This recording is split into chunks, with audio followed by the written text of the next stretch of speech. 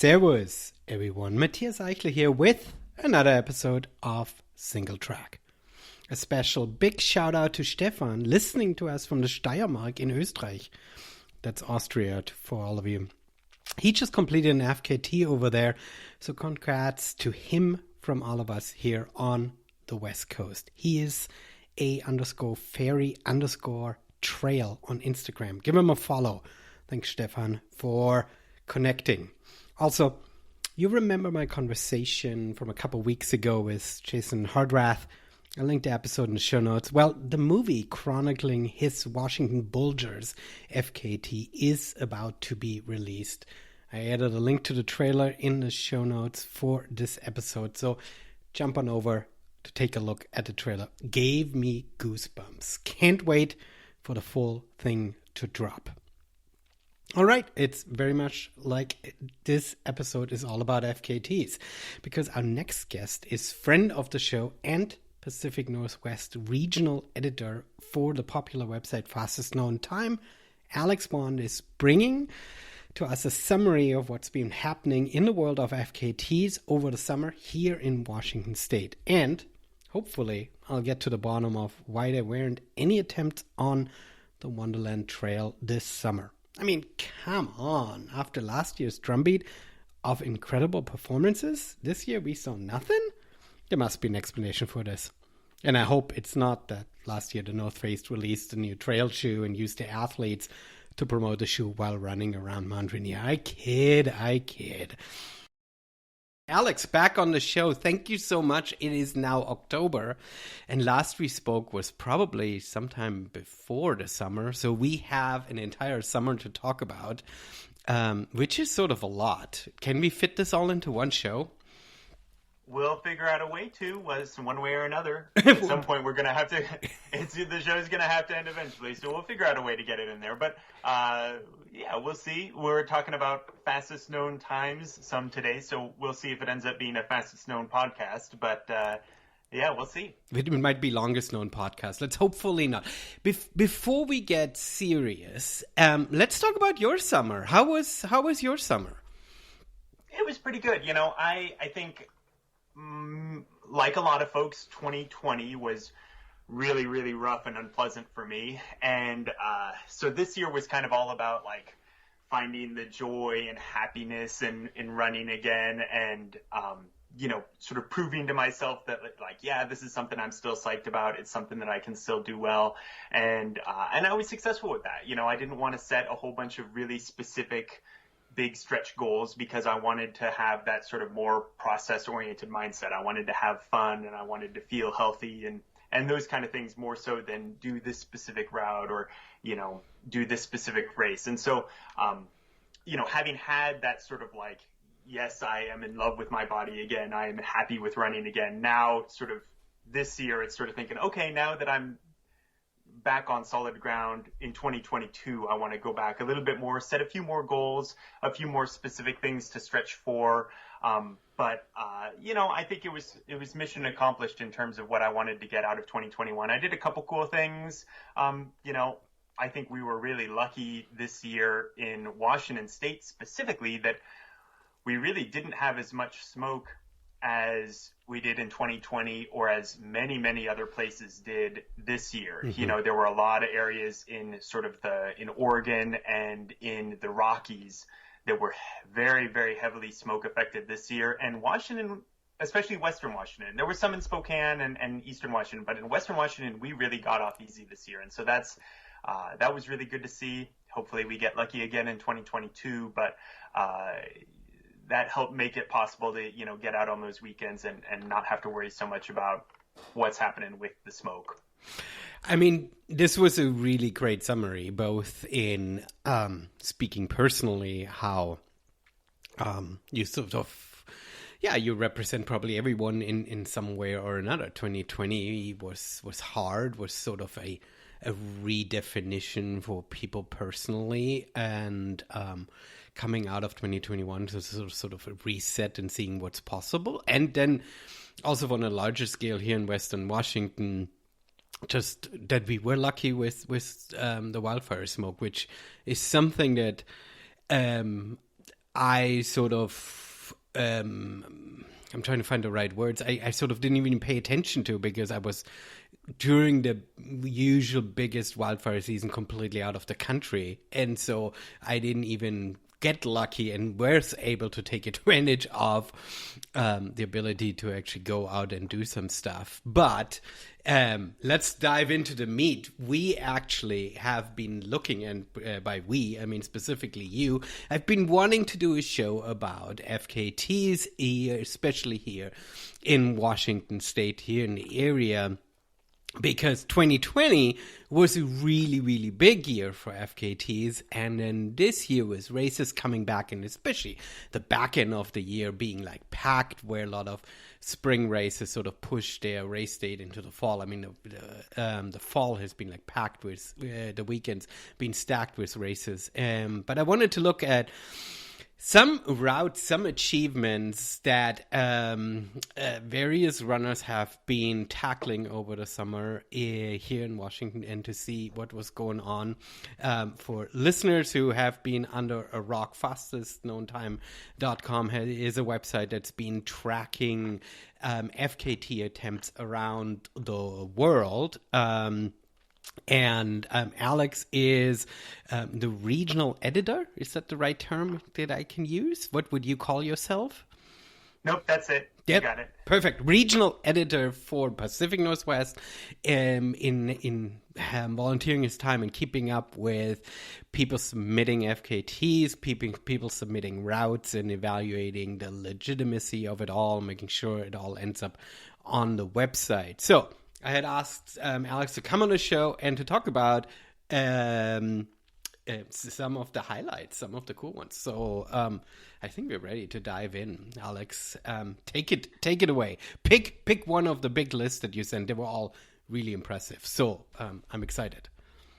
Well, I would actually kind of start by talking a little bit about the big picture. Actually, I realized that one of the things that 2020 was a huge year for fastest known times because there were so few races happening. There were a few here and there that later in the year, but the fastest known time world exploded last year with popularity as people were looking for stuff to do and finding these adventures out in the mountains. And so one of the big questions this year was going to be, to what degree did that explosion of popularity stick around, or would, now that everybody can do some races again, they'd say, well, forget this fastest known time stuff, I'm going to do a race like I'm used to doing. And what we saw was that people are still going out there and doing the fastest known times.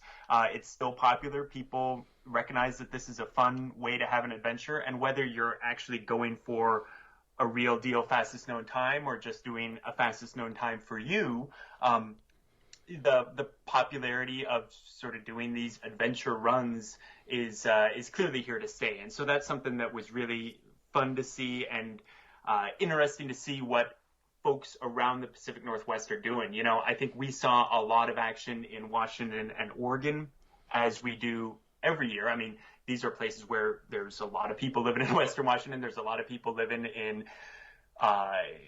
Oregon. And what was actually cool this year was we got more and more submissions coming in from some of the less FKT-packed states. So Idaho, Montana, and Alaska really stepped up their submissions this year, as I think more and more folks heard about the website and were interested in getting submissions up there. In the area around Bend, Oregon, we have no shortage of routes. There are always people putting in stuff for what's happening around Bend. Idaho is definitely a different situation. And so every time we get a fastest known time, whether it's a route or a time submission coming out of Idaho or Alaska or Montana, it's always cool to see. And seeing more people in more areas hear about the website and getting active. And so that's sort of my big picture take, is that, it really did hold up, and that we saw a lot more activity in some of these states that actually hadn't had as much happening in 2019 and 2020. One of the other sort of big picture things that I would just quit. Oh, sorry. Did you have something there? No, I was just going to say that it's interesting and exciting to hear, because what I was wondering if it actually would have dropped, and so to hear that it didn't, my theory was that it would have actually perhaps dropped because people had all these race entries of races that they paid for 2020 that automatically rolled over. And so they submitted, or they obviously wanted to run these races because they've been paid for a year and a half, right? And so I'm actually curious, and that's a complete different tangent, if there's a higher DNF rate on races, because so many people had so many race entries that they were like, oh, of course it's paid for, of course I'm going to run it. And then they ended up not being fully ready for it. But that's a different conversation, and perhaps just my personal bias, because I DNF'd way more this year than I ever wanted to. But let's talk FKTs. Yeah, that is an interesting question, though. I think one of the things that people saw and that kept FKTs going was people having done them in 2020 and done these adventure runs in 2020 recognized that these can kind of fit into a calendar, into an athletic calendar like a race might have. So let's say, if, we saw this a lot where maybe somebody is training for a 100K race or a 100-mile race or whatever, and typically you might do a 50K as sort of your lead-in race or your preparatory practice race. A lot of people do that. They'll do, however many weeks out before their 100-mile, or they'll do a 50-miler, or however many weeks out before their 100K, they'll do a 50K. And what we saw a lot of is people, instead of doing a 50K or a 50-mile race as preparation for their longer thing, they do an FKT instead. And so they do that 20-mile FKT as a preparation, as sort of their last big long run before their 50-mile race or something like that, And so folks finding a way to sort of incorporate the FKTs into a calendar, even if they're featuring races, even if their main goal for the summer is a race, they're putting FKTs in there in the same way that they might previously have put in shorter races. And so that was something that we saw from some, both from elite athletes who are, trying to go for very high placements at these big races that get reported in I Run Far, or just for regular folks as well. We saw a lot of people doing that as a part of their preparatory calendars. So I think that that's an interesting thing, along with, there are some people who just are not into races at all and are all on FKTs. And so we saw some of those people as well. But I thought that was a really interesting thing, and something that, as somebody who I would like to do a race every now and then, but I also am really excited about the adventure running. It's like, wow, that's a path forward that I can do as well, and that I would like to incorporate into my own athletic calendar and what my plans are. I think that seems like a really smart way of looking at it, not just for yourself personally, but also kind of in looking at how runners sort of put their calendar together. I think that's a smart observation. I like it. Yeah, but we had, so, ultimately the fastest known time website for the whole deal, they do at the end of the year, we do a fastest known time of the year awards where, we'll nominate we do one for Europe and one for North America. And we nominate, I think, usually around 20 to 25 FKTs, about approximately equal number for each gender, and then do a top 5 for each gender and sort of count those down. And so I think for today, since this is the most Washington State obsessed trail running podcast in the universe, I figured it would make sense to focus only on Washington State and talk a little bit about some of the things going on here that, some of these things I think will be potentially in contention on the FKT of the year, for all of North America, and then some that are just really special only for Washington State people who, people out on the East Coast or something might not care about, but for Washington State folks, it's still fun and exciting to hear about. I like it. Before we dive in, I need to ask my question, and that's been bugging me. What happened this year with the Wonderland? What's your take? I think there was so much attention on it last year and so many really strong times that were put up that people figured I'm not going to beat those, Okay. Like I think that was part of it. I think it's in a similar way that, when was the last, there's no FKTs being set anymore on the Grand Canyon rim to rim to rim because the times that have been put up are so stout that it's going to take a while before people are ready to take those on. Those are really, really strong times that they've got there on, Grand Canyon rim to rim to rim, and people who want to run a really fast 50-miler are maybe looking at something else to do instead. Okay. And, I also think some of the 100-mile routes were really affected by races coming back. I know, for example, like Caitlin Gerben, who did the Wonderland incredibly quickly in 2020, she basically did that instead of UTMB. Right, her plan had been to do UTMB that summer. It's not happening, so she does the Wonderland. And, I think a lot of folks who were looking at, now they have the opportunity to do the Western States or to do the UTMB or something like that. And so we maybe saw a little bit more action on sort of either end of that, more shorter routes or more way longer routes that we can kind of talk about. But yeah, I think that was certainly a factor for the Wonderland. It's true. I had pulled up the website and realized how many submissions there were in 2020 on all different variations of the Wonderland, which supported and unsupported and stuff. And then for 2021, there was not a single submission, and I was like, that is incredible. I am fascinated by that. Okay, let's talk about things that actually did happen. And I think you should pick which one you want to talk about first. Because what I'm fascinated by it, and I'm so glad that I got you on this show, and I'm so glad that I asked you to do a little bit of homework beforehand. Several of them I didn't know about, and I think you picked a few really great ones, both to highlight the obviousness of the role Washington plays on the larger scale, looking at PCT and things like that.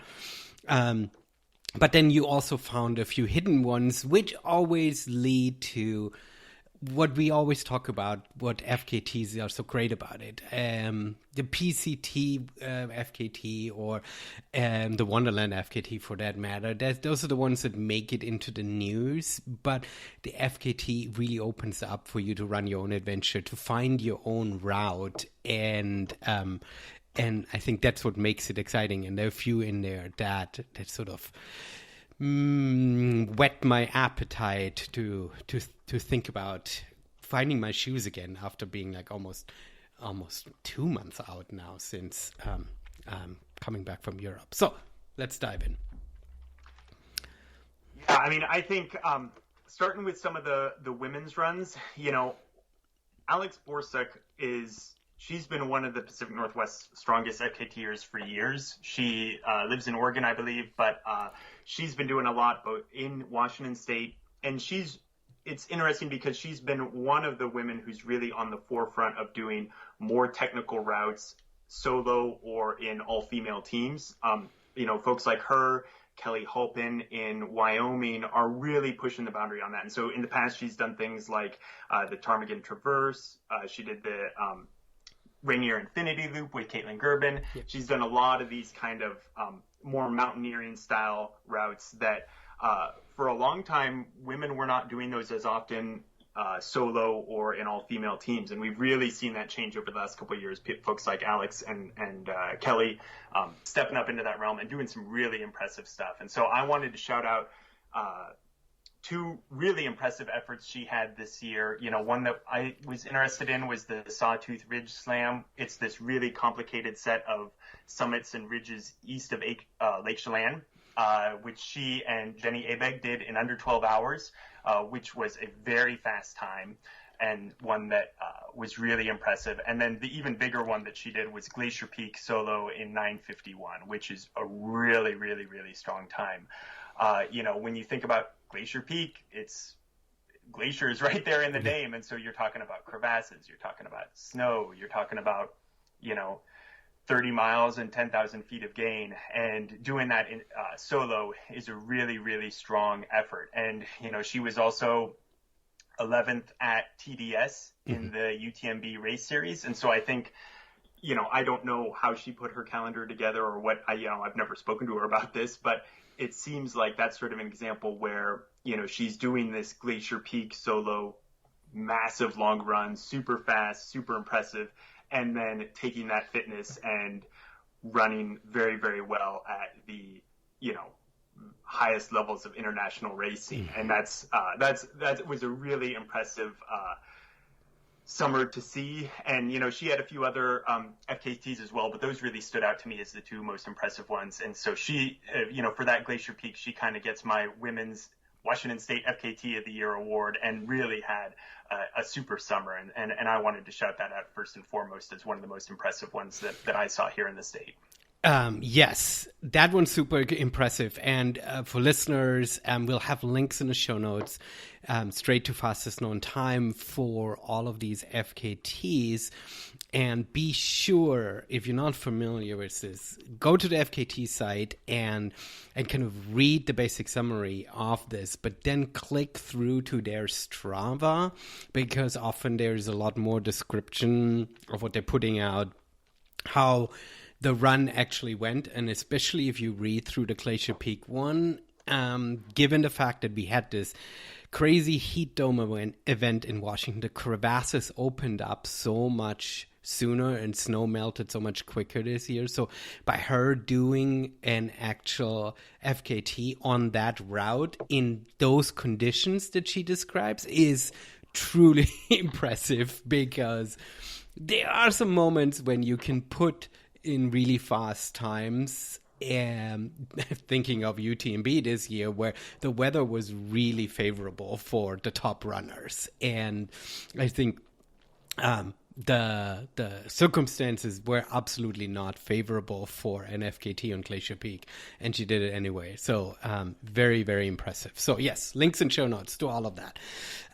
The Lake Chelan one, I don't know anything about that. Yeah, again, gotta search it up, people, and check it out if you're looking for an FKT over in Chelan. That seems to be a mighty challenging one, especially because we're talking ridge scrambling and ridges that is a lot more than just running on trails. Yeah, and that one I believe was actually that was one where also Alex and Jenny was a female team, and their time was very, very similar to the last unsupported male team to do it. And so this is, I think, part of the one you want to give this one a shout out for is when the women and the men are putting up the same time, something cool is happening on that route. So I think that's part of why that one's worth recognizing. Yes. Another one, this one is maybe a little bit personal to me, but this woman, Sunny Stroer, she did Mount Stone in the Olympics in 5 hours, 10 minutes. And this is one I think a lot of people will probably not care about, because Stone is not at all a famous mountain. But I've done Mount Stone, and I can personally testify that doing that in 5:10 is blazingly quickly. Now, I believe, if I recall correctly, you've been up to Lake of the Angels at least once or a couple times or something like that, but have you done Mount Stone? I've never done Mount Stone. The last time I was actually up at Lake of the Angels, we went toward Mount Skokomish, but the rock was so crap that we essentially gave up going all the way up. And we didn't have the route on GPS, so we didn't really know what direction we were going. And so we were like, okay, it goes up here. And eventually we was like, okay, everything that I'm touching breaks up. I think we are done. So we weren't really prepared to go. We were just sort of excited to scramble around a bit, but we did see Mount Stone, and obviously from a climbing point of view, Mount Stone is fairly popular because it's sort of this next level mountaineering but still accessible mountain, but definitely not from a trail running point of view. From a trail running, it is next level. It's not a run. Yeah. And it's like you go up to Lake of the Angels, and then Mount Stone is to the north, and then Mount Skokomish, where you were heading, is to the south. That trail up there, though, is so steep and so rough, and then the trail ends, and you're just going off trail up this mountain. That was one that when I got that submission, it was like, wow, something really special happening here. And part of that is because I've been there, and I know how tough some of that terrain actually is. But I was really, really impressed with that one, and wanted to give it a special shout out. For sure, for sure. I think that's a fun one, and I appreciate you including this one because, well, it's in the Olympics, near and dear to our heart, and it is something that, even if perhaps not replicatable for folks, is definitely inspiring and something to look into because it's a reasonably short effort in terms of mileage. So it's something that one can actually look at. I like it. Yeah. Another impressive woman is Christina Randrup, who is mostly a racer as far as I can tell, but she does a lot of training runs on sort of the I-90 corridor and has put up some really fast times there. Both, some of them are on the FKT website, some are Strava segments, but she was the first woman ever to do mailbox by the new trail, and I believe in the old trail as well, in under 2 hours car to car. So is clearly very fit, moving very fast. She's young, I believe, and it seems like she's sort of more that racer type, but I don't know what her long-term goals are, but she's clearly, if she wants to be, she can be on the path to being an elite trail runner because she is doing some of these mountains so fast and, clearly more focused on some of the the mountains here in the I-90 corridor, and some of the some of them are, bigger, some of them are smaller, but she's putting up fast times, everything she does. And so that's really impressive. And I'm interested to see what she does over the next couple of years. I like it. I still have never been up Mailbox Peak. It's, I hear about it almost every day on the Seattle Mountain Running Group Facebook page, but I'm literally have never been up there, so I can't say anything about this other than I hear it's very burly and 2 hours is crazy. And these days, getting the crux is probably getting, if you're going on the weekend, it's getting a parking spot without having to get there at 5 or 6 a.m. or something like that. It's getting more and more popular, but that's what happens when you're in a metro area of millions and millions of people, is parking lots get crowded. No, for sure. And this is a conversation for another time, right? Yeah, I think one other one I want to shout out for the women to sort of round out the podium, so to speak, is Robin Reeder doing Mount Adams round trip in 4 hours, 24 minutes. That's a lot of, even for, a quote unquote non-technical mountain, you're still on snow, you're still on, sort of some loose rocks, some dirt. And that's a lot of elevation to cover in 4:24 round trip. That's a very fast run. And so I wanted to shout that one out. And, she summited in 3:03 and then just super fast downhill, descending a very long way in just over an hour. I mean, that's clearly some very strong legs to be able to go up and down that quickly. And so that's one that definitely, just from a fitness perspective, I'm like, whoa, that's really impressive. And it's not just a lot of vert, but it's also really going into altitude. So you need to be fit. I believe her Strava was saying that she had done the mountain with the week prior or so. So she clearly was smartly preparing herself for that. Because, if there's one big thing that feel like I need to work on is trying to figure out how to deal with altitude. I can do the vert. I can bite through thousands of feet of vert, but altitude, like once I'm hitting 9,000 feet, I just don't get enough experience in that high up, and so my body is not loving it. And Adams is what, 13,000 feet, so it's 12, yeah. So it's a tall mountain, and here come living in Washington, tall mountains and trails to train on are hard to come by without being immediately on glacier terrain. So, that's super impressive as well. And she's done some other, she at one point, she maybe still has, but the Mount Hood FKT. So, this is somebody who's a very good mountain runner, Robin is. And so that one sort of closes out I guess those are in no specific order necessarily, except for giving Glacier Peak the women's FKT of Washington of the year. But that one I thought really needed to round out the podium as a really impressive run. For sure.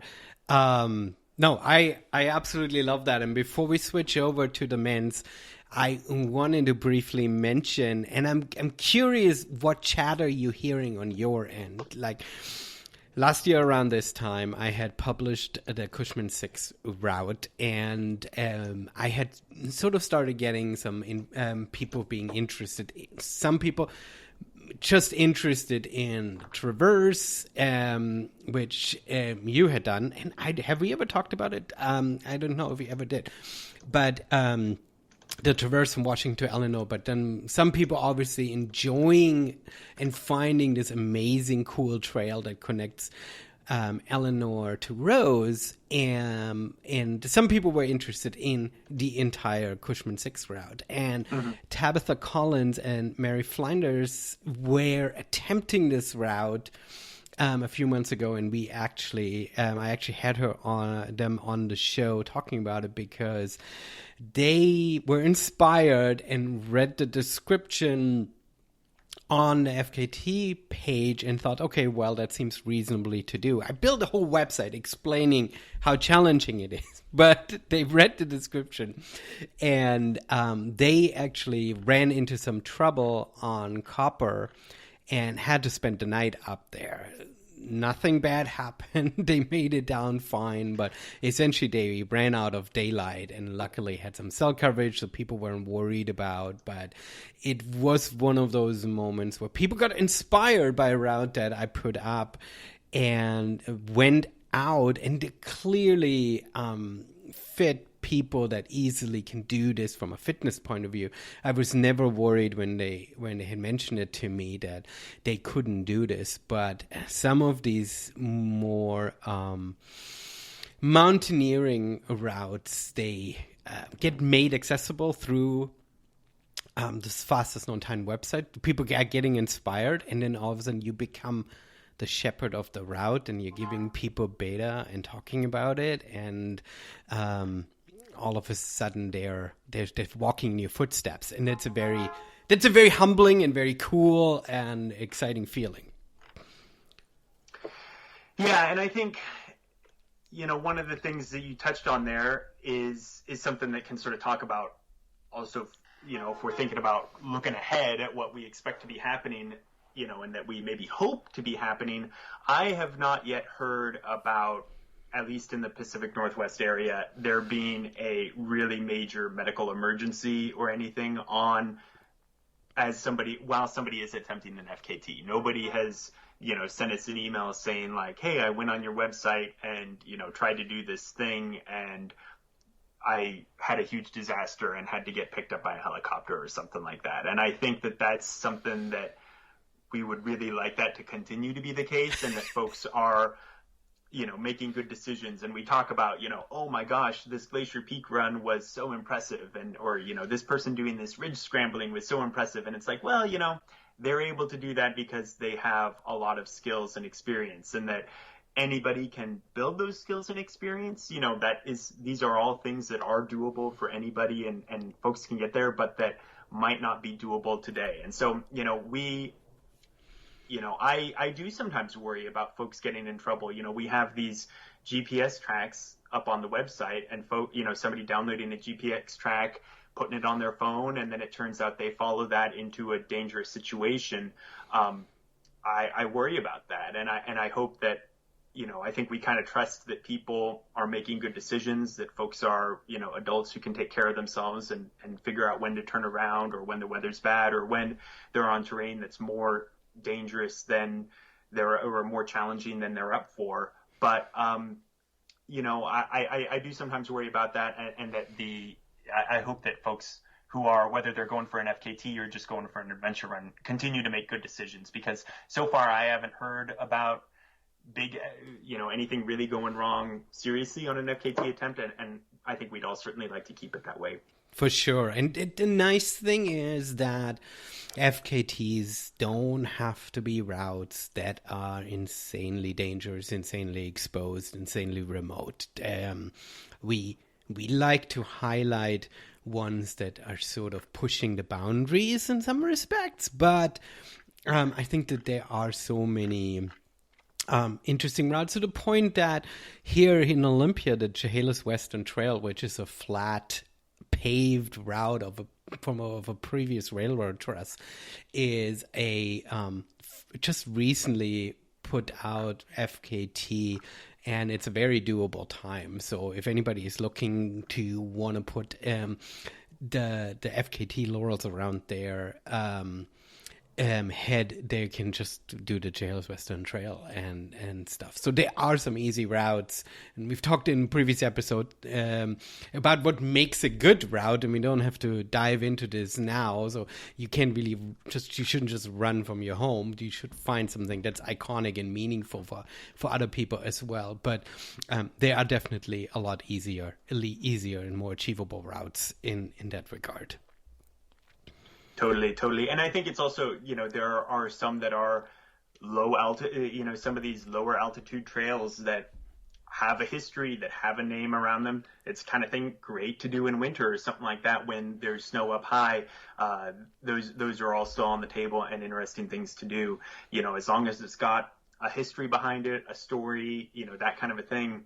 It's like, yeah, let's keep track of who can run it. And then, some road runner who clicks off, 5 or 6 minute miles can go out there and do it so fast, or whoever wants to. But it's, there are a whole lot of different things on there. And so there's something for everyone.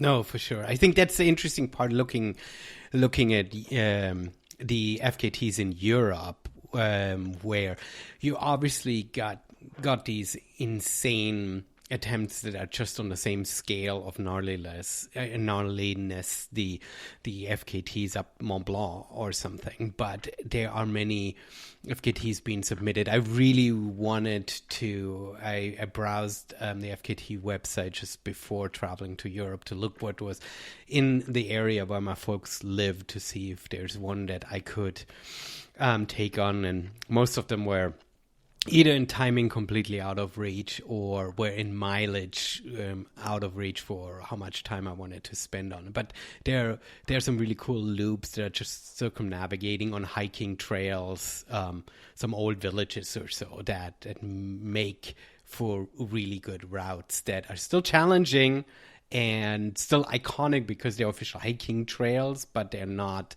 in any way dangerous. Yeah. So speaking of not dangerous, should we talk about the men's, which I think the ones that you listed are pretty much all very, very burly. Yeah, we had a strong year for some FKTs on the male side here in Washington State, and I think some of the strongest performances were sort of on the longer side of things. I think when you start talking about FKTs in Washington this year, you've got to talk about Jason Hardrath and the Bulgers. I know he was on your show previously, but I think that this is one that is obviously really obviously a huge FKT. I think what's impressive about it is not just, the physical going hard for, 50 plus days, but the logistics and the problem solving to deal with, fires, things like the Canadian border being closed, which is how in most years, that's how you get into the Chilliwack to do some of those mountains up there, is you go through the Canadian border, and, having to find an alternate way to do that. There was I believe a trail closure or a road closure that is typically used to access the southern end of the Ptarmigan Traverse Zone, where you have to go to do like Dome Peak. And so you have to find a different way to get in there and do that. There were all these problems. If I recall correctly, they were very, very close to having trouble with the fires that started up around the Methow Valley and Mazama, that ended up closing Highway 20. And if, had even been a day or two behind schedule, that could have been a huge factor. It was, really the whole package when you think about putting stuff together, and for an impressive FKT over, I think it was like 50, I can't remember the exact number of days off the top of my head. I should know that. I think just shy of 51 days, 50 days and a few hours or so, right? Yeah. No, I mean, this is sort of otherworldly. And previous episode, we talked with Jason about this, and it's,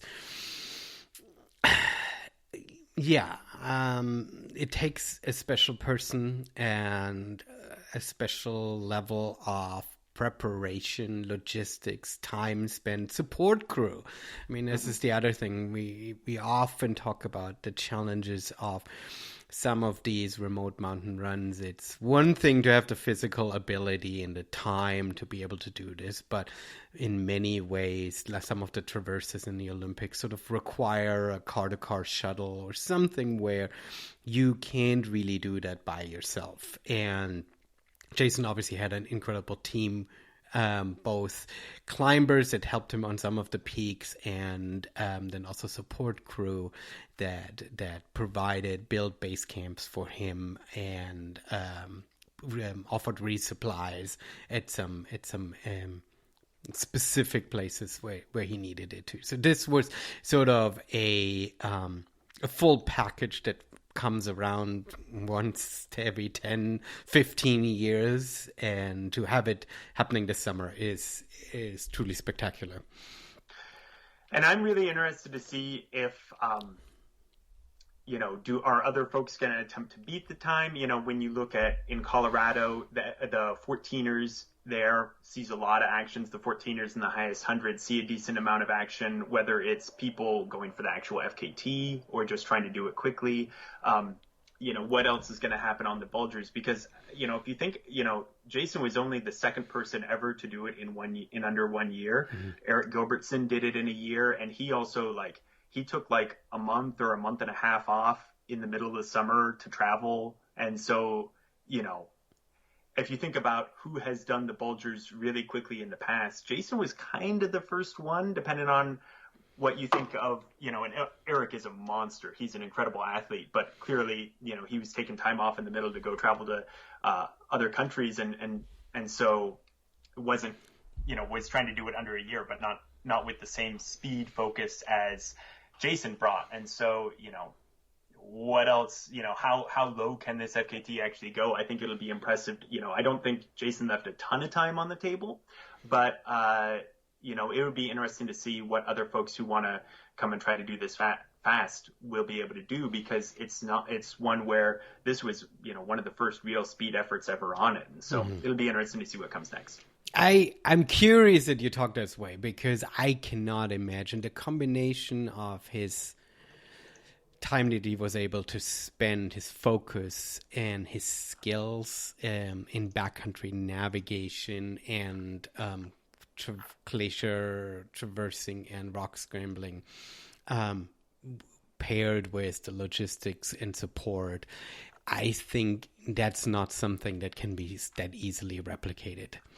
Perhaps if you would just take an individual piece of it, just the athletic fitness, you could perhaps say, yeah, now that he puts it on the map, that will inspire someone to follow suit. But I just think this is sort of in a different universe compared to Nolan's. I think Nolan's, because it's sort of in the reasonable ultra distance in terms of mileage and time spent on it for the top runners who are attempting it, I think it seems very enticing in that way. But the Bulgers is beyond anything, right? I mean, it goes more into the direction of the next FKT we're talking about, which is the PCT one, which is one that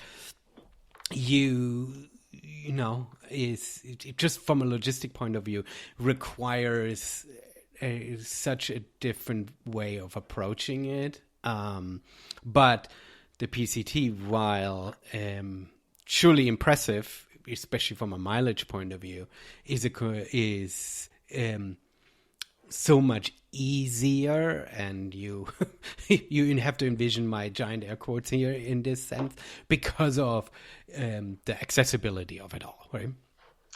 Yeah, and I think in 2020 the long trails, the big three long trails, the AT, the PCT, and the Continental Divide Trail didn't see a lot of action because of COVID and sort of a lot of these small town communities along the trail telling people to stay away. And so we didn't really see any big trail FKTs coming in for those.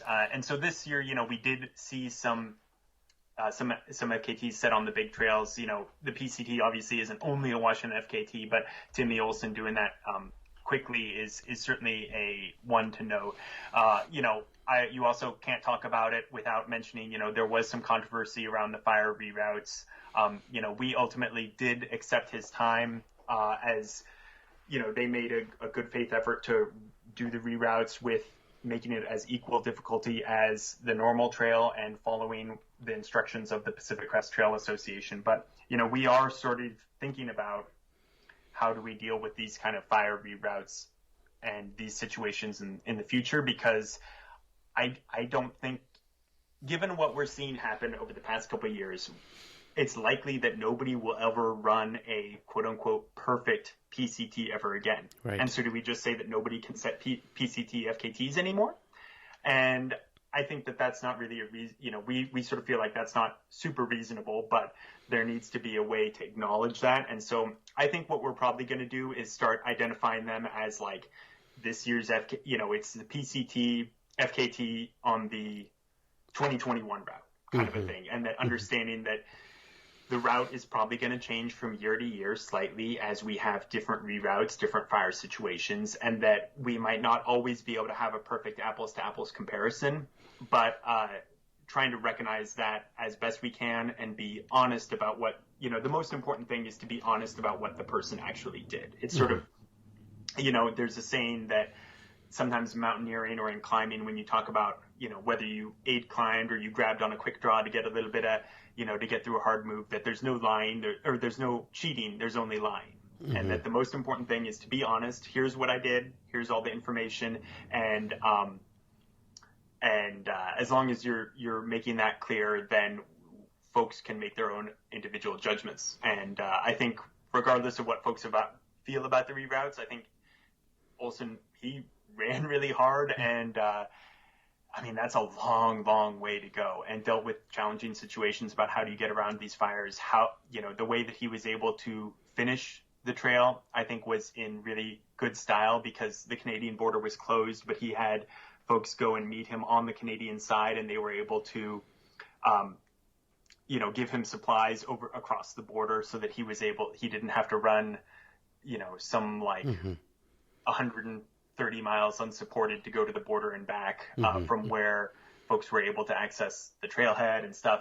Just a lot of problem solving went on there. And I think that's a very impressive run.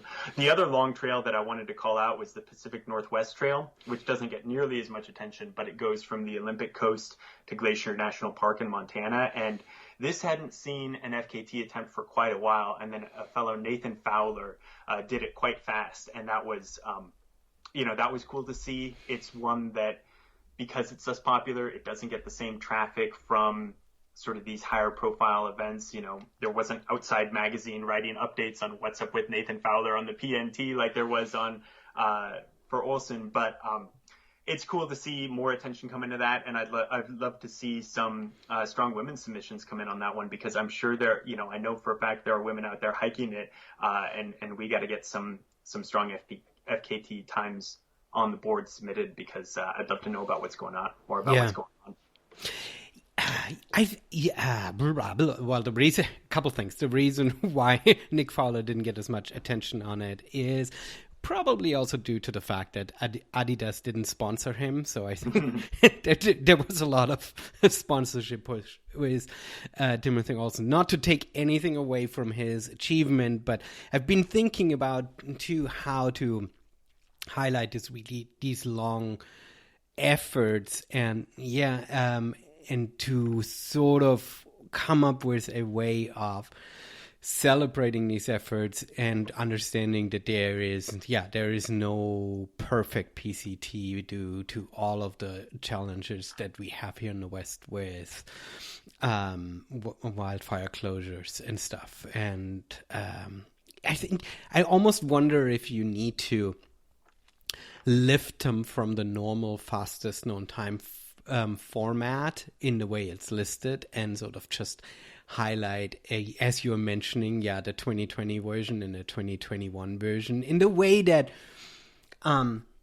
with Western States there is a definitive fastest time, even though there are reroutes too, and they have to have various river crossings. But at UTMB, the route has changed so many times over the year, and the mileage has changed over the year, that there is no real focus on the ultimate definitive fastest time one ran UTMB. Every year is sort of counts it as its own. And I think for something like the PCT, that would make sense to sort of treat it that way too, right? Yeah. Well, and ultimately, I think a lot of people who come from the running world sometimes are very time oriented, because we run our half marathon and our time is, right, however many hours and however many minutes, and, or we came from the track, and, you can make really, really good apples to apples comparisons between somebody running their 400 meter on this track on this day versus that other track on that other day. And you can really easily say the world record 400 meter run is whatever time. And because it's such a controlled environment, and the wilderness is uncontrolled. That's why it's the wilderness. That's what makes it cool. And we're never going to have that kind of, we're not in races. We're not going to have that kind of control, and even less so in FKTs. We're never going to have that kind of control to make these really fair apples to apples comparisons about who went faster or what. And so, I would encourage folks not to get too caught up in. Obviously, at the end of the day, we're putting up some time and we're saying this is the fastest one, and that's the whole point of the website. It's right there in the name, but I always encourage folks not to get too caught up in trying to make this super emphasis on what the actual time is. The more important thing than that time is the story behind it and the experience that the person had. And that kind of doesn't jive with the whole point of the website, but I think that there are more important things than the website. And so that's, I think, a perspective that we sometimes lose a little bit, and that I think it's always important to bring it back to, like, what actually matters here is the experience, the human experience, what happened, the stories that they had, and that's more important than, oh, well, he did it 5 minutes faster than that other person, and so, whatever, that's better. I mean, I think that's an important thing to remember as a part of all this. I think 100%. And the inspiration, right? I think that's the fun part, especially for us slow runners. But truly, the inspiration both in not just what's possible, but also what routes out there. I think anybody... Well, not necessarily anybody, but when I browse the fastest known time website, I get inspired not by how fast people are running. That is a given, and how much faster they're running than me. That is a given. But what routes people are dreaming up, what people are willing to put themselves through and working up towards, and what stories they're telling by combining routes and trails and peaks and regions. And so that's really, for me, what your website is all about. And as you're saying, somewhat the name is sadly misleading in a sense, because the name sort of suggests that it's truly about time and competitiveness, when really it's about anything but that. But that's also, I think that's our perspective on it. And I think one of the cool things about the world of running is there's room for everybody.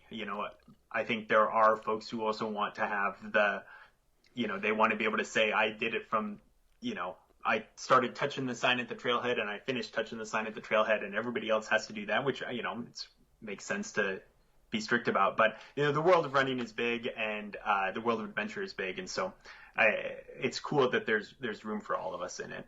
For sure. Speaking of truly impressive, maddening, insane, let's talk about Alex King's setting a new Mount Rainier Summit FKT. I mean, wow. Yeah, so Alex is a very, very strong athlete, and to put it lightly, and he had an incredible 2020 as well. That if you go to his athlete page on the FKT website and you look at the string of 2020 FKTs that he knocked off, it is very long and very impressive. But this year, the Rainier one is so huge to do. Mount Rainier in 4 hours, 14 minutes round trip by the Disappointment Cleaver is extremely fast. It's on snow and complicated terrain. The disappointment the cleaver itself is this terrible loose rock. You've got to deal with crevasses. You're at altitude up at 14,000 feet.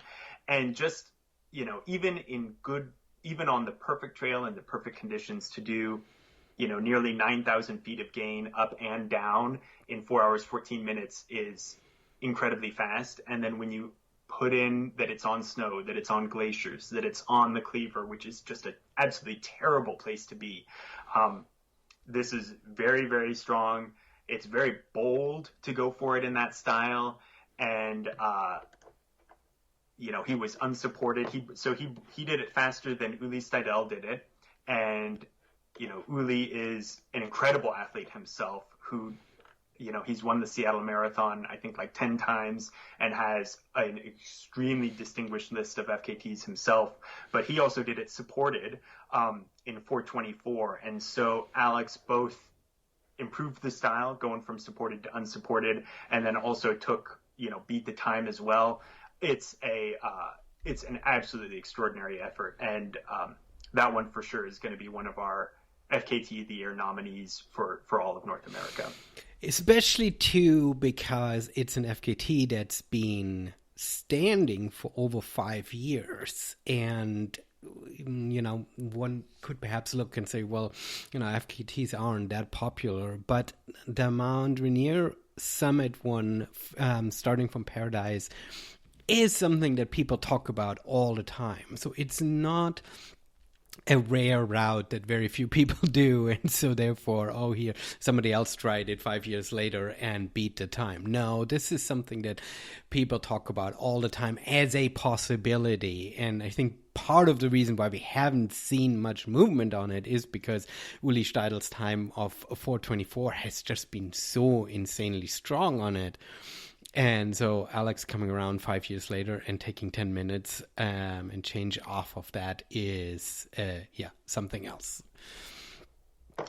Yeah, it's unreal. And I think one of the interesting things about the Rainier FKT in general is that for a long time it was done by mountain guides. It was people who were Rainier guides for RMI or IMG or one of the other guide services who were very comfortable on the mountain, who were very fit, and then would just do it, as part of, they were hanging out there or something, and they'd go do it. And, these last couple times we're seeing more of the runners step in and put up faster times, beating the mountain guides on the mountain.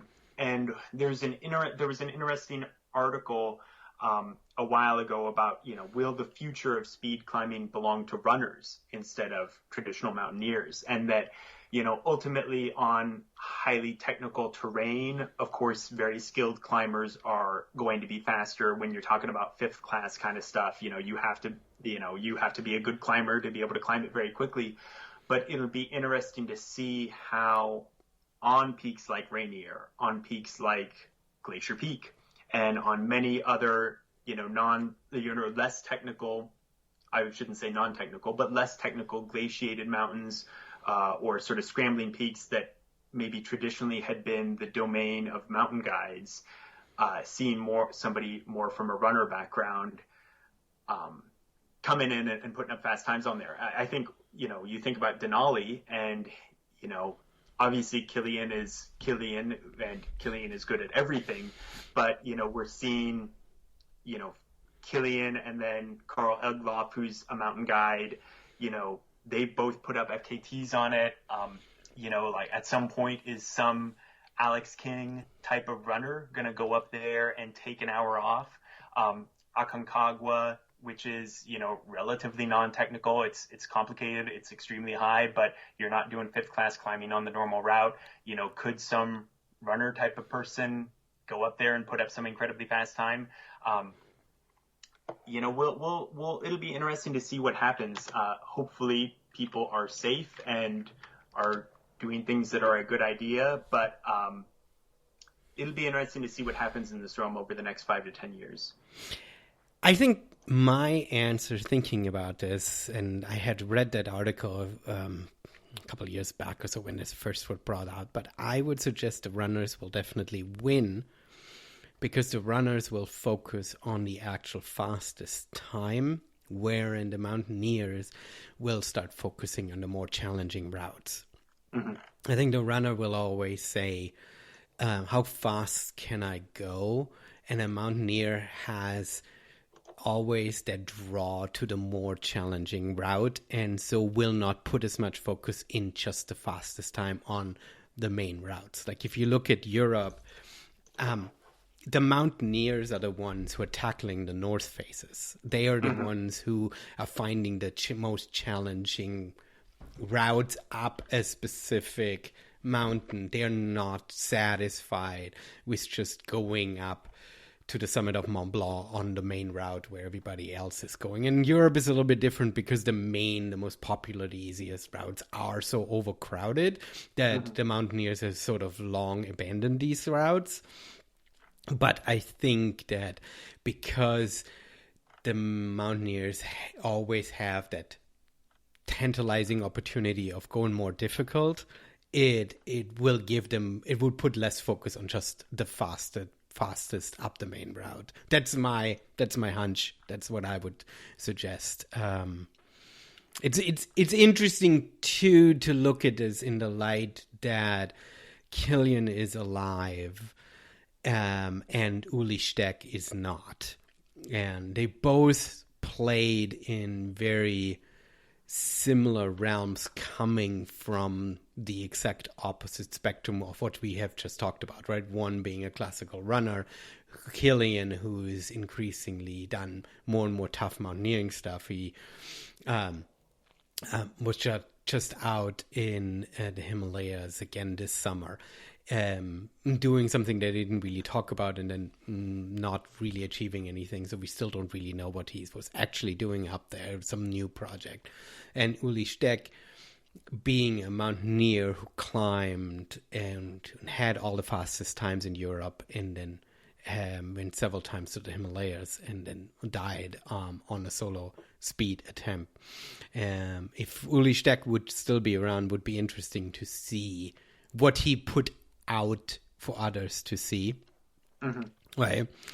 Well, and I guess we could mention in the same vein, we could mention Alex Honnold, who, obviously put free soloing on the map with the movie, but free soloing what he's done, he doesn't, well, he's married and has a child on the way now and stuff, and he's not somebody who is like Dean Potter, who sort of lived that dirtbag life, that almost spiritual to the extreme, let's push the boundaries to what's possible, to the almost inevitable reality of him dying on a base camp in Yosemite. And we want Alex Honnold to be around too, but he himself wants to be around too, and I think that's one of the reasons why he hasn't done any insane new free solo attempts, right? Yeah, he's still doing some good stuff though. Some very impressive things. I don't know if you followed what he and Tommy Caldwell did, this big route in the Continental Divide, around the Continental Divide, where they did a lot of, it was actually an interesting mix of running, free soloing, and then roped climbing as well. And I think they called the route the Cuddle. I think it's the I can't remember exactly what it stood for, but it was sort of like, it was meant to be like a more technical version of the Whirl, the Wasatch Ultimate Ridge Link Up in Rocky Mountain National Park. And, I know that they sort of talked about it as an interesting thing where potentially a runner could come along and beat their time, and it would need to be a runner who's a very good climber, but that it was a lot of mileage and vert in addition to the actual climbing parts, and that if somebody could come along who is maybe 75% as good of a climber as they are, but could run a lot better, that they could actually get beat by a runner on that. I remember them talking about that in an episode of the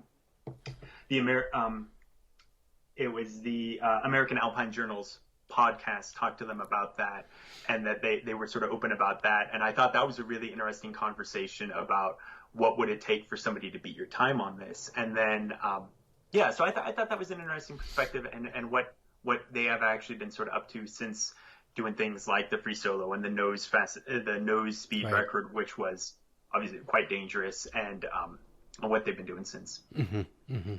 I mean, I'm fascinated with the nose speed record too, since the Huber brothers from Bavaria came over in the 80s. There's an awesome movie out there about that. Anyway, different story. Let's finish things off with a couple more offers that you have to throw at us, which is some mixed gender teams.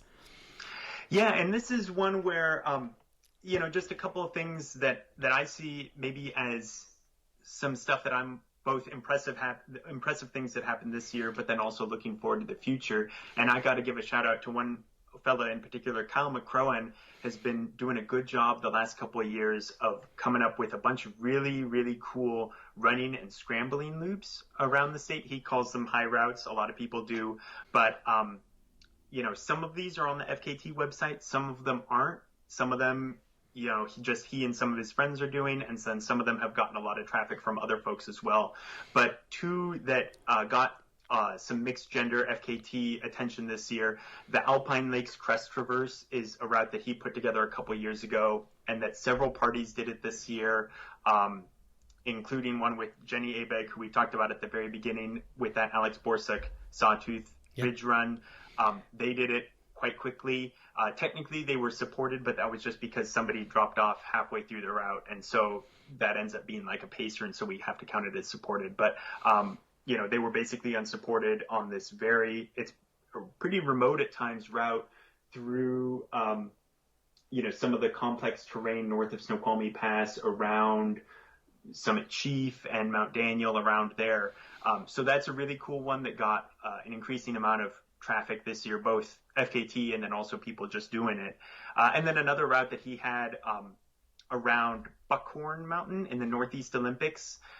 It was actually really interesting that the whole Buckhorn, Mount Townsend area got a ton of attention this year. And I think some of it was during the heat wave when the Olympics were like the coolest part of the state. And so a bunch of people were like, well, we're going over to do something near Buckhorn. And so there was a bunch of action on routes in that sort of Northeast Olympics area.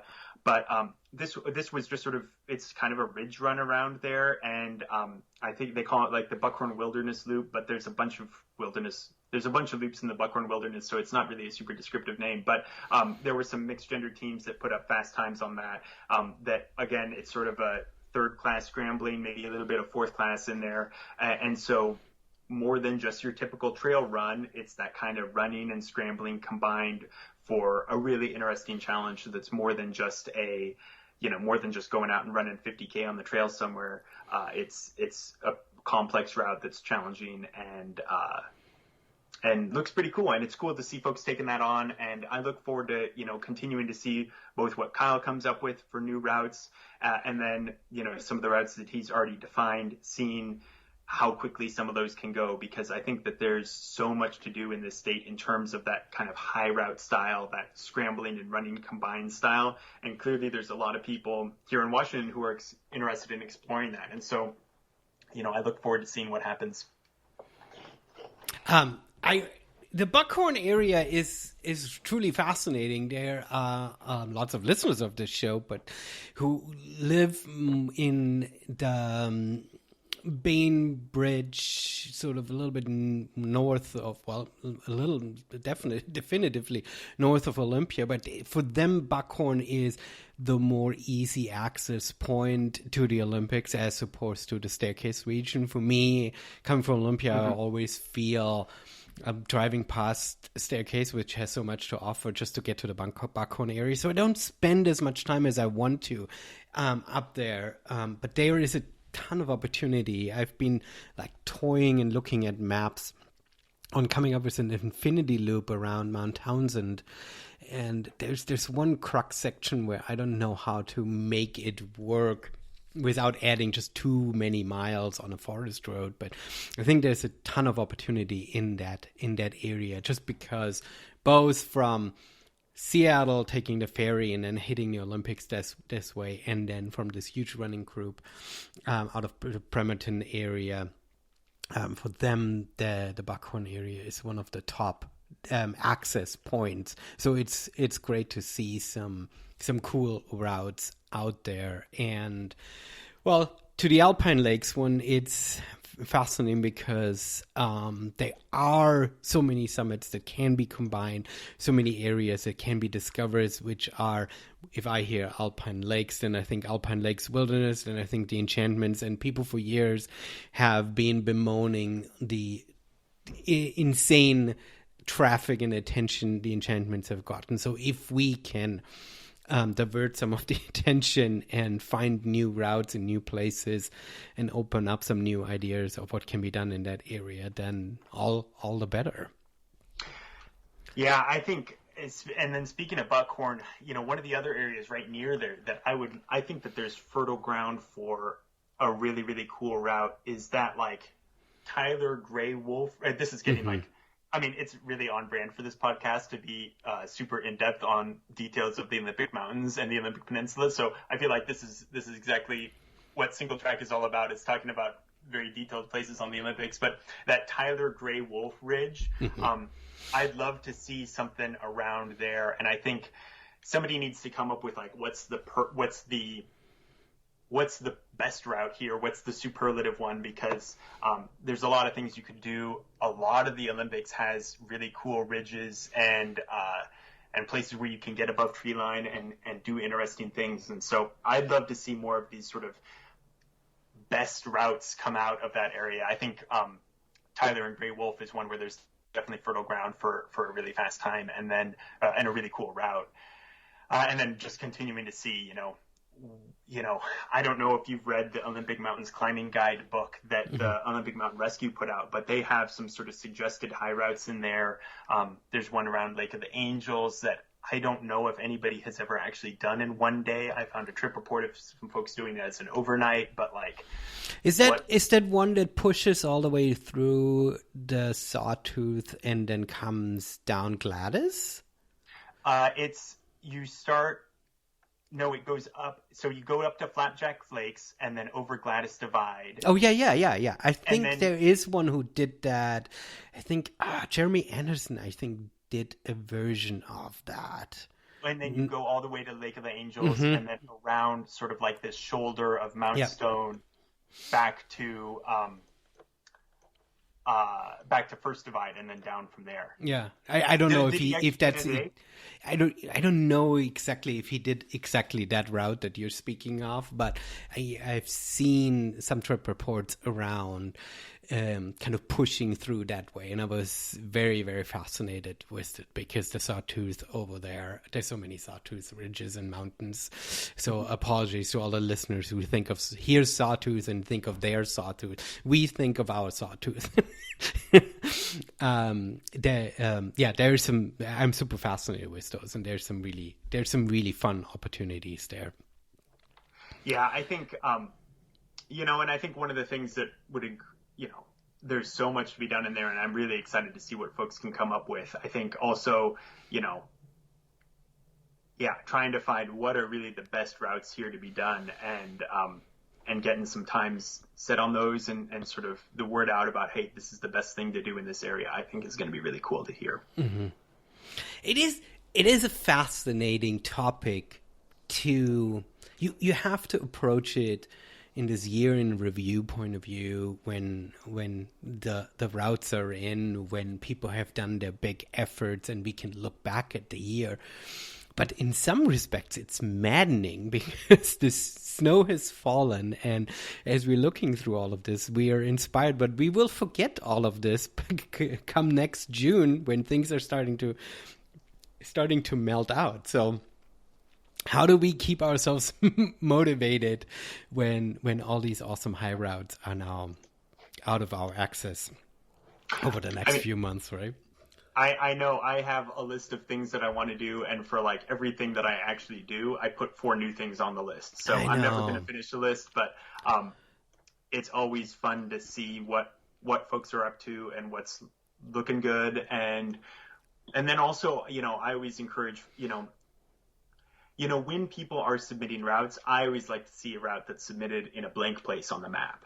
Right. I think one of the things I mentioned just now, how cool it was that so many people were doing so much cool stuff around the Buckhorn area. We now have I think 3 routes that are all include, if not the summit of Buckhorn, then at least the trailheads around it. So it's I would kind of like to not see any more Buckhorn new routes for a little while, just because we've got a bunch of really good Buckhorn routes already, and we don't need any new ones. I would, folks, what's out on the blank parts of the map where there isn't something submitted on the website, where there's not GPX files all over the internet that you can easily find, and try to find some of those areas that aren't done to death, and try to get the word spread about them a little bit. I'm really interested to see what people come up with.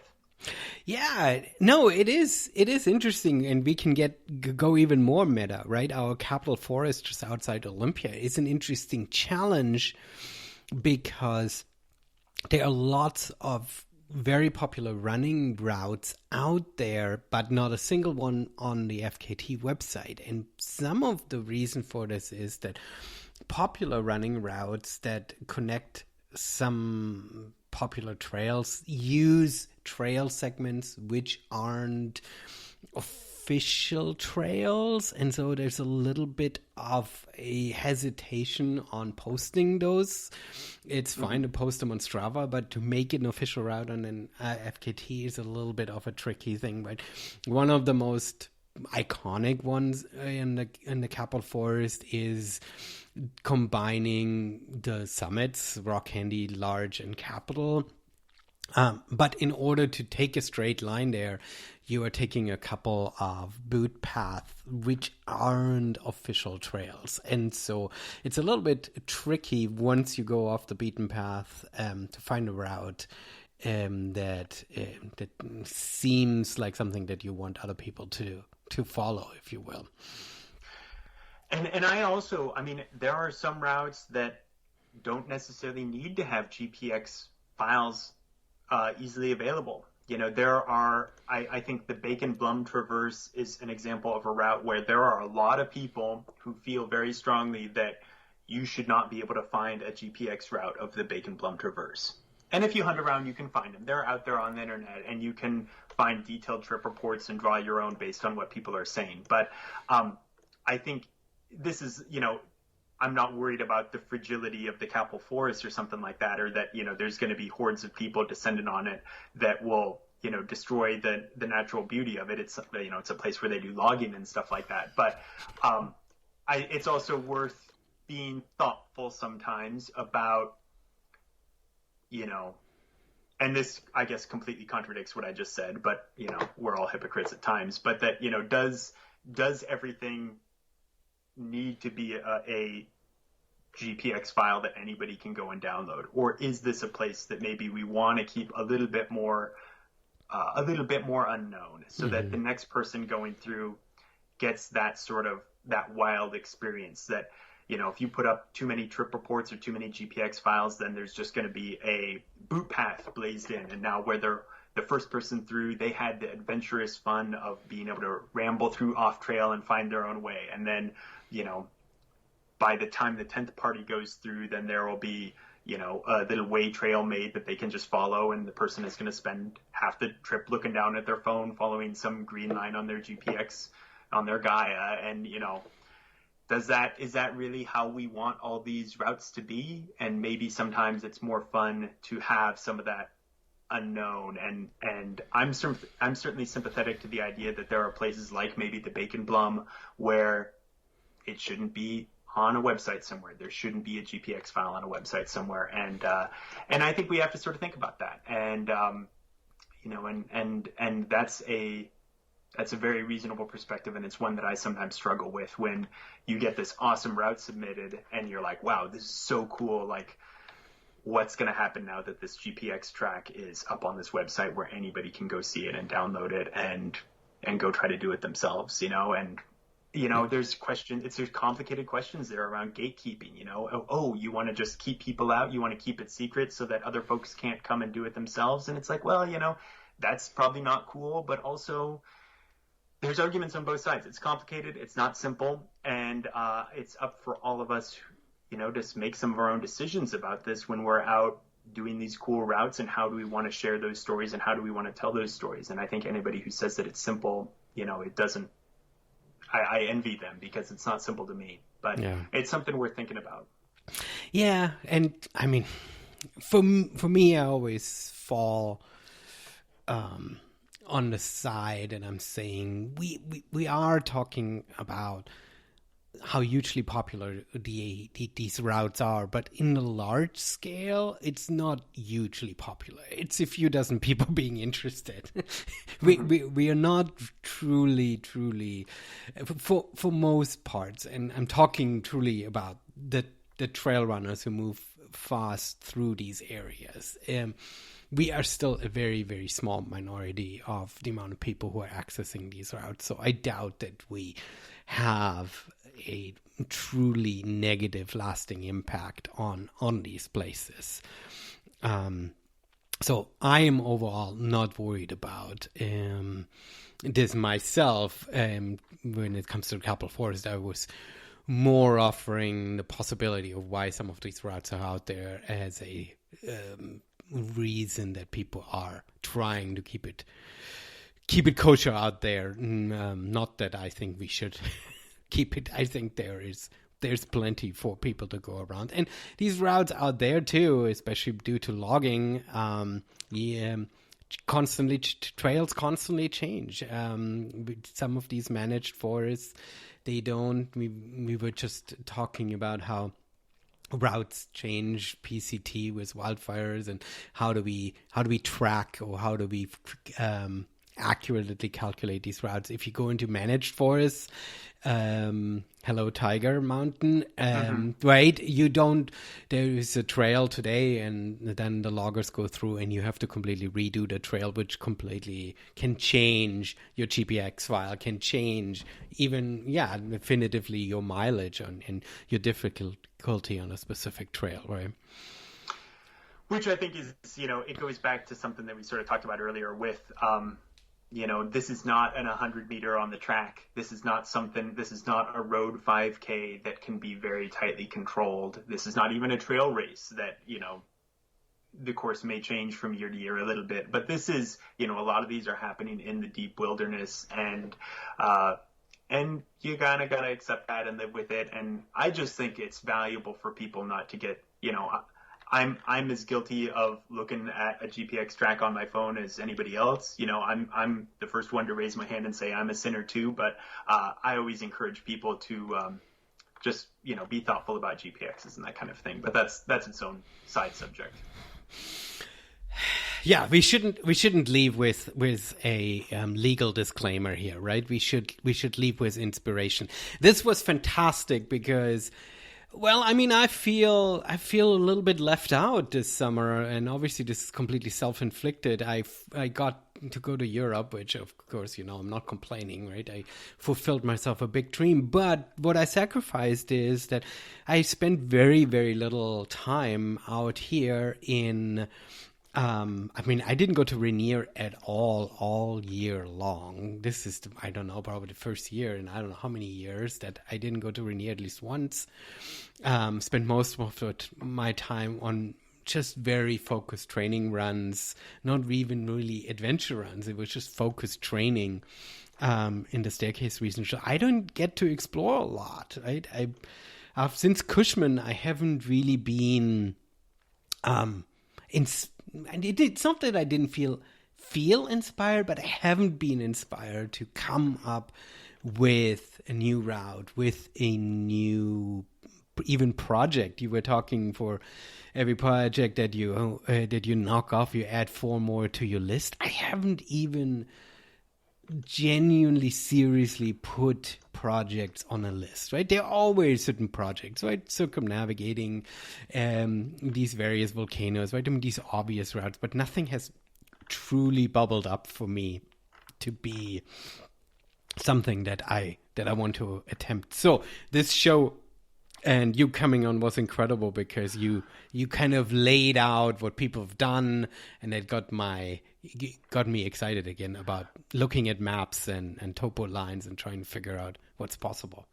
That's so important. And I think my big takeaway is there is some really cool stuff happening here in Washington State. We're really lucky to be here, and there's so much that's being done and so much to do. And, what is winter for if not dreaming of summer and sitting on CalTopo and drawing lines? And this is the time to be, I hope folks listening to this are excited and are getting ready to, it can be tough to get that training done in winter in the Pacific Northwest when it's raining and the sun goes down at 4 p.m. And, I rely on these sort of stories and these thoughts of summer and these dreams to get me psyched to go out and train. It gets me, excited to draw a line on a map, and, this is the time to do it. And so I hope folks are excited about this. I'm certainly excited about it. There's great stuff going on every weekend here in Washington State, and I'm looking forward to. I'm glad I get to be a part of it. Fantastic. Thank you so much, Alex. What links do you want to share? What do you want to share with listeners? We'll throw it all in the show notes for people to easily and conveniently click on. I mean, fastestknowntime.com is the website where all this stuff is. I'm on Strava. You can follow me there. I'm on Instagram, but I post like once a month. So I encourage, it's going to be, if folks want to follow me, they can, but it's not going to be a fun follow. So we'll sort of see. But, it's, I encourage folks to get out and do some running. I've been helping organize some Sunday group trail runs with the Seattle Running Club. And so if folks are interested in that, they can send an email to groupruns@seattlerunningclub.org. We do usually about 2 to 2.5 hours every Sunday morning. We kind of stopped doing it over the summer because so many folks were having races or adventures and stuff like that. But we're usually on Squawk or Tiger Mountain or something like that. If folks are interested, hit us up. And then, I don't know. I hope folks are having fun and going out and running.